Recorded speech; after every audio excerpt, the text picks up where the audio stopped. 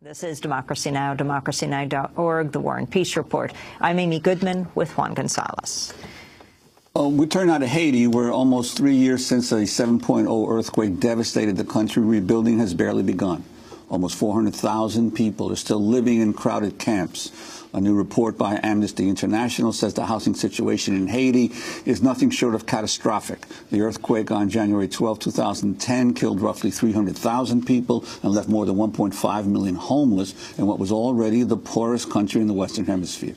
A cholera epidemic widely blamed on international UN troops spread shortly after the earthquake and killed almost 8,000 people, making more than 500,000 sick. According to reports, only about half the $5.3 billion in promised funding from international donors has been paid out. Critics point out that even of the money that's been delivered, very little has made it directly to the Haitian people, going instead to international non-governmental organizations, private companies involved in the relief effort. Well, to talk more about the situation in Haiti, we're joined now by author and journalist Jonathan Katz, the only full-time American reporter in Haiti when the earthquake struck Port-au-Prince. His new book is called The Big Truck That Went By: How the World Came to Save Haiti and Left Behind a Disaster. It explains where the massive international relief effort in Haiti went wrong. We welcome you to Democracy Now! You were there that day of the earthquake. Describe the scene and then what happened, how we've come to this point 3 years later where Haiti continues to be such a catastrophe. It was extraordinary. I mean, I say this as a writer, having just tried to write a book about it. It's almost indescribable. I was in the Associated Press house in Pétionville, which, cracked and fell down around me, but fortunately didn't pancake on top of me. But the destruction was total. The neighborhood behind my house was just gone. Whole swaths of the city were eviscerated. It was absolutely indescribable. Certainly, the conditions in the country now are nothing like that day, but unfortunately it's very much like that afternoon before the earthquake struck. The country is as vulnerable now as it was then, and despite a lot of very big promises made in the reconstruction effort, unfortunately, on the whole, the situation really hasn't improved. Well, yet the world saw all the images of this enormous relief effort and that appeared suddenly in Haiti and with promises. What were you most struck by in terms of the sheer waste of money that occurred? I would say that there were some very expensive Band-Aids purchased. A lot of the money that's spent in the wake of any natural disaster, but especially in a foreign aid context, kind of goes in circles. You're looking at a lot of money literally burned off for jet fuel or spent on hotel rooms for aid workers and officials who are on their way down. And even things that, really did ultimately buy things that got into the hands of people in Haiti. If you donated money to an organization that specialized in providing tarps for shelter and bags of rice for people to eat, afterward people are left with a tarp and an empty bag of rice. And so what really strikes you when you look at it is that there was a lack of permanence and a lack of durability. Let's talk specifically about the big NGOs, the foundations, the countries that paid and didn't pay. I remember being in Haiti when President Clinton was there behind the crumbling palace, and there was a ceremony. And he said, the only two things I care about are my daughter's wedding, Chelsea was about to get married, and Haiti, restoring Haiti. What happened? The Clinton Foundation was key here. I mean, he was the co-chair with the, prime minister of rebuilding Haiti. Yeah. Well, Clinton wore so many hats that it would take all our time to discuss all of his different individual roles. I would say that largely Bill Clinton probably was doing what he thought was best in many circumstances, but Clinton had actually become the UN Special Envoy for Haiti in the year before the earthquake.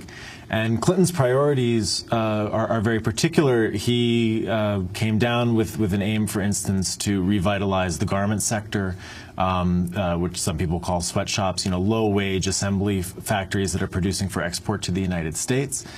And in some ways, those projects were successful in the sense that they accomplished the goal that they had set out to goal of opening these factories back up. The question is whether or not that actually is a long-term benefit for Haiti, and many people say it's not, and I think they actually make a quite persuasive argument. And what of the role of the Haitian government? Whether it's from a perspective of sovereignty, running its own country, or in terms of competence and being able to handle the situation. How did you assess the role of the Haitian government? Well, it's another really mixed bag. You're talking about two governments over the period of the last 3 years. At the time of the earthquake was the government of René Préval, and there was actually an election held just a couple months after the earthquake, of course, and that resulted in the election of Michel Sweet Mickey Martelly as president. And, the problem throughout has been the problem that, again, affects foreign aid all over the world, in which donor countries avoid local governments, they avoid local institutions, they fund through their own agencies, their own NGOs, their own militaries, and that weakens institutions. And as a result, the institutions were already weak coming into the earthquake, so they had a very, very hard time responding on their own. The president of, at that time, René Préval, was famously very absent from the public eye, even though he was apparently zipping around town on a motorcycle on his own. Since then, there's been an election. The election was a bit of a mess. There was a very heavy hand of the international community. President Martelly has an extremely different governing style than President Préval, but the institutions are no stronger than they were before, and that's really the problem. Jonathan Katz, you know well the story of cholera. Last month, the UN launched a $2.2 billion campaign to wipe out cholera over the next decade in Haiti, where the epidemic, widely blamed on UN troops, has killed thousands of people. This is UN humanitarian coordinator Nigel Fisher. The latest is, since October of 2010, we've had about 620,000 infections and about 7,700 deaths. Obviously, it's an incredible epidemic. It's a terrible tragedy for every Haitian family who's lost members. If there's a point of encouragement to be taken, it's that this year, in 2012, we have seen a real drop-off in the rate of infections and the rate of and the mortality rate. For example, this year, remember I said about 620,000 cases. Well, this year we've had 117,000 cases, which is effectively to say, up till the end of last year, we had the equivalent of 25,000 cases a week. This year, it's come down to about 2,500 cases a week, 10%. And also the number of deaths is about 12% of the total. That's UN humanitarian coordinator Nigel Fisher on cholera. Jonathan Katz, the cholera epidemic, how it was caused. Well, once again, with the UN, this is a situation of, other than that, how was the play, Mrs. Lincoln? I mean, there was a lot of very important work done by NGOs and by UN agencies after the cholera epidemic to stem its flow and to prevent it from being even worse than it was. But of course, all evidence shows that United Nations peacekeepers brought the epidemic in the first place. And in some ways, even worse than that, or at least more grossly negligent, the UN has done a very good job of avoiding accountability over the last 2.5 years. The newest initiative that the United Nations has put forward, I mean, eradication is a good, if lofty, goal, but this project doesn't really seem to be able to do that. It's mostly reshuffling around existing money, sanitation and water projects that were promised even before the cholera outbreak began in the first place. And the United Nations is itself putting in very little money, especially in light, again, of all of the evidence. And it is really a mountain of uncontradicted evidence that the United Nations is responsible for the worst cholera outbreak in recent history. And what about this whole issue of United Nations peacekeepers, this long-term occupation, in essence, of Haiti by the UN? What's been the relationship between the UN and the Haitian people? It changes, and it depends on who you talk to at what time. There have definitely been moments that I was living in Haiti that I talked to people, even in areas like Cité Soleil, where people have also suffered quite a bit from the presence of the United Nations troops in terms of collateral damage, children being killed in crossfires by UN bullets, who were still even praising them being there because they felt that they were driving down crime. But there's a lot of resentment to the presence of the peacekeepers. And what we're really dealing with now is mission creep. They've been there for so long, since 2004. The mission now wouldn't seem to have anything to do with whatever the mission was originally, and it's really unclear to most Haitians why these foreign troops are on their soil. On this third anniversary of the earthquake, let's end with the words of Jonathan Katz, the Haitian author. They're portrayed as sort of passive receivers and not actors enough. They have the will, they have the ability. All they need now is this opportunity by those both inside Haiti and outside of Haiti who control the purse strings of this country, that they have to remember that these men and women here need to be able and want to and are willing to rebuild their country if they're given the opportunity to do so. That was Haitian author Jonathan Katz. We spoke to her 2 years ago on the first anniversary of the Haitian earthquake. And that does it for today's show. Go to democracynow.org for part 2 of our conversation with Jonathan Katz, his new book, The Big Truck That Went By, How the World Came to Save Haiti and Left Behind a Disaster. Thanks so much for watching this report from Democracy Now!, your daily independent global news hour. We don't accept advertising or corporate funding, but rather rely on donations from viewers like you. Please make your contribution by visiting democracynow.org. We need your support today to keep bringing you this hard-hitting, in-depth reporting.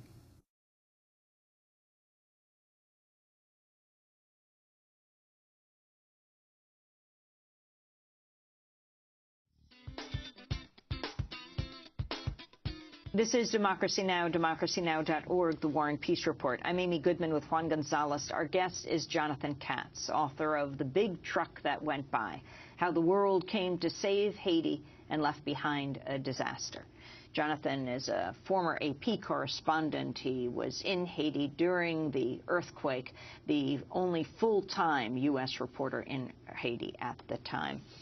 He lived there for 4 years. Jonathan, the title of your book, The Big Truck That Went By, talk about it. It actually comes from a phrase in Creole, gros machine qui passe, the big truck that went by. It describes the sound of the earthquake.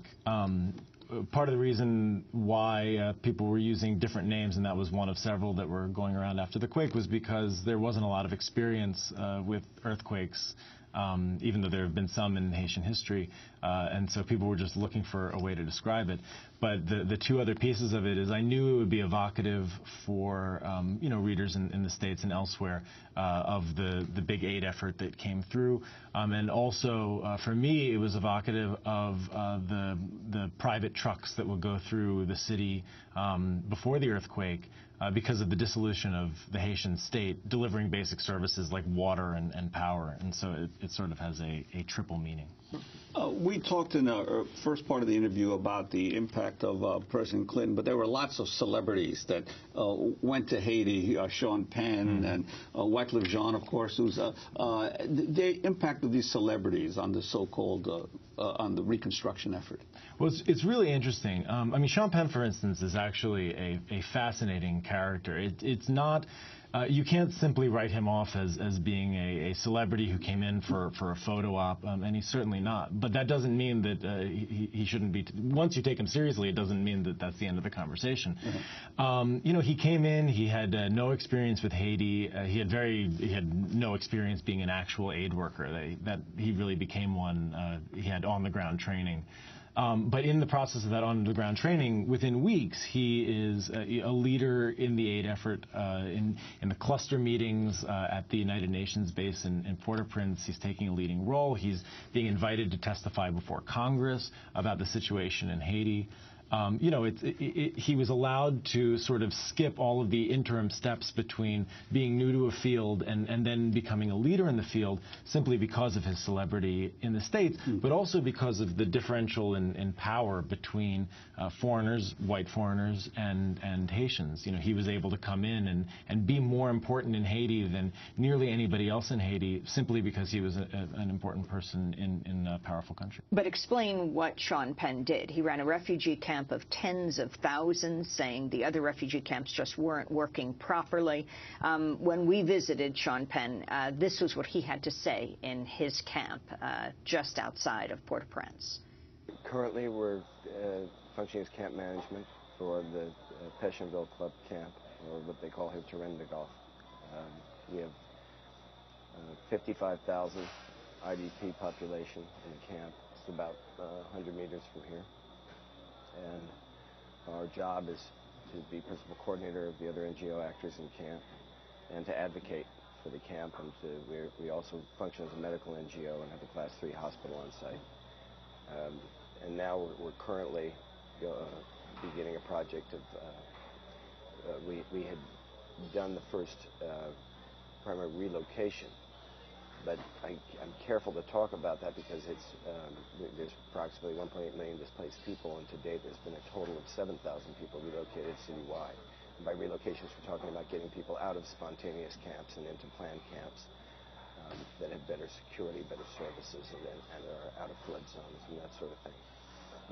But long term, the idea is to get people either into returns into neighborhoods, making those neighborhoods functional, give them services, and or for those camps on the outside to become, instead of considered planned camps, really to be model communities, and for hopefully business and manufacturing jobs to come into those areas, and to go from tents to temporary shelters, and ultimately into housing, and hopefully into land ownership. That was actor Sean Penn running a refugee camp in Haiti. Jonathan Katz. Yeah, I mean, he basically became the mayor of a village of tens of thousands of people, somewhere between 40 and 60,000 people, depending on who's counting and what day. It's an incredible amount of responsibility, and and I have to say, I've talked to Sean Penn a number of times, and I think he took his responsibility seriously. But he also didn't shun the incredible amount of power that he was bestowed with. One example that I talk about in the book, and this was fairly early on, while he was still really learning the ropes, was that there was a very unfortunate case in which a young man among the displaced people that he was overseeing contracted diphtheria and died. And it's a tragedy. It was very sad, and Sean Penn, I think, did commendable work trying to get him help. In fact, he used his celebrity and his power to mobilize assistance for the young man in a way that nobody else, not even another aid worker, would have been able to do. But then, focused on this one case, he took to the airwaves. I think he went on CNN and really stirred up a bit of a panic about a pending diphtheria outbreak, which wasn't happening and wasn't likely, which allocated resources. It changed the dynamic on the ground. It was just an example of an error that a more experienced aid worker probably wouldn't have made. And even though there is something to be said for being new and doing things in a different way than have been done so ineffectively before, you really have to be careful. It's so easy to come in Haiti and step on toes and be a bull in a china shop. And Wycliffe Jean and all the controversy over whether his charity was actually doing what it said it was going to do. Yeah, Wycliffe is another interesting guy.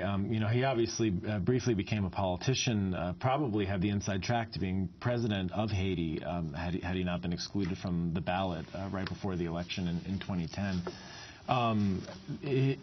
There were a lot of questions about his NGO, Yele Haiti, even at the time.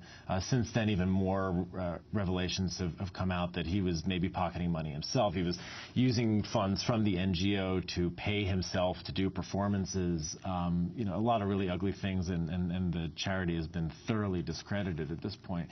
But he's another interesting character. How was it thoroughly discredited? Well, because because of these disclosures that he had unpaid taxes, that it was using money and to perhaps to line his own pockets, or at least to help with his recording career, and not do what was promised, which was to help people on the ground in Haiti.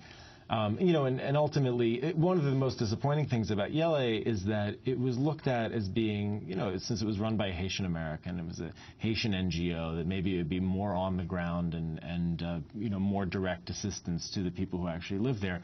But in many ways, it turned out to be worse than a lot of even, the so-called Beltway bandits. Well, let's talk about Haiti as example of how international aid works, or perhaps more importantly, doesn't work. It's 3 years after. The subtitle of your book, How the World Came to Save Haiti and Left Behind a Disaster. I mean, part of the problem is that our conception of how foreign aid works is not how it actually happens. We imagine that, powerful countries just have this pot of money, and that when they give foreign aid, they just hand it over to a poor or a vulnerable country. And that if there aren't results on the ground, that something must have happened. The money must have gotten stolen, or there must have just been gross incompetence and somebody put the pot somewhere and forgot where they left it, right? But that's not really what happens. What ends up happening is the money is spent by the donor governments on their own agencies, within their own governments. As I've said, the money kind of goes in circles. It goes to priorities that the donors think are important, but are not necessarily actually the priorities that are most important on the ground, or at least are not the priorities that the people who live in these countries actually want. And very little effort is made to cross language barriers, to take into account these gross disparities in power. And so, people come in and oftentimes they have good intentions. Sometimes they have good intentions combined with their own profit motive. But what ends up happening is that the aid system is helped. The NGOs grow more powerful. The governments are able to, circulate more money amongst themselves and amongst their own, favorite elements. But in the case of Haiti, as a really good example, the emergency situation becomes permanent. And every time there's a new crisis, and the officials can say, we can't do it better this time, there's no time, let's do it next time, but then it never changes. Your final conclusions as you leave Haiti after 4 years, have written the book, The Big Truck That Went By. I would say that there really is cause for optimism, because there is an opportunity, there's always an opportunity to change the way things have been done and to do them better. But, what I've seen and what the people that I've interviewed have said, who really know this situation, including, aid workers from these major organizations who are on the ground, is that things have to change. And if things can start changing now, things will improve. But if foreign aid keeps being done in the way that it has been done, and the situation in Haiti remains the way that it has been, we're going to see more and more and more of these disasters, and possibly even a repeat of the tragedy of January 12th. Jonathan Katz, I want to thank you for being with us. The book, The Big Truck That Went By, How the World Came to Save Haiti and Left Behind a Disaster. Former AP correspondent in Haiti, where he lived from 2007 to 2011. This is Democracy Now!, democracynow.org, The War and Peace Report.